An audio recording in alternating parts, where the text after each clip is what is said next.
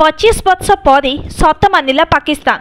1999 कारगिल युद्ध में निज देशर सैनिक निहत होते प्रथम थर एक कबूल करिछि पाकिस्तान। कारगिल युद्ध में भूमिका और सैनिकों मृत्यु कथा को मानी पाकिस्तान। पाकिस्तान सेना मुख्य जनरल असीम मुनीर प्रतिरक्षा दिवस पालन अवसर में कारगिल युद्ध में सैनिकों मृत्यु होइथिबा मानिछंती। से कहिथिले भारत विपक्ष कारगिल युद्ध में पाकिस्तान बहु सैन्य निहत होते।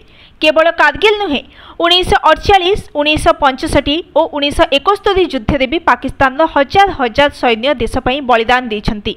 सेमानंकु सम्मान देवा अवसर में एक कथा कहिथिले पाकिस्तान सेना मुख्य, जहाकु नहीं एबे चर्चा जोर धरिछि। पूर्व इस्लामाबाद कारगिल युद्ध में प्रत्यक्ष भूमिका को केबे भी मानि नथिला।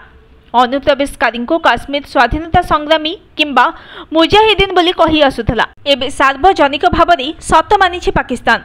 कारगिल युद्ध में पाकिस्तान को मुहतोड़ जवाब देथिला भारतीय सेना।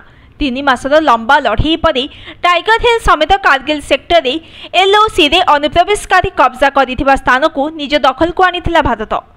Bureau report, news today.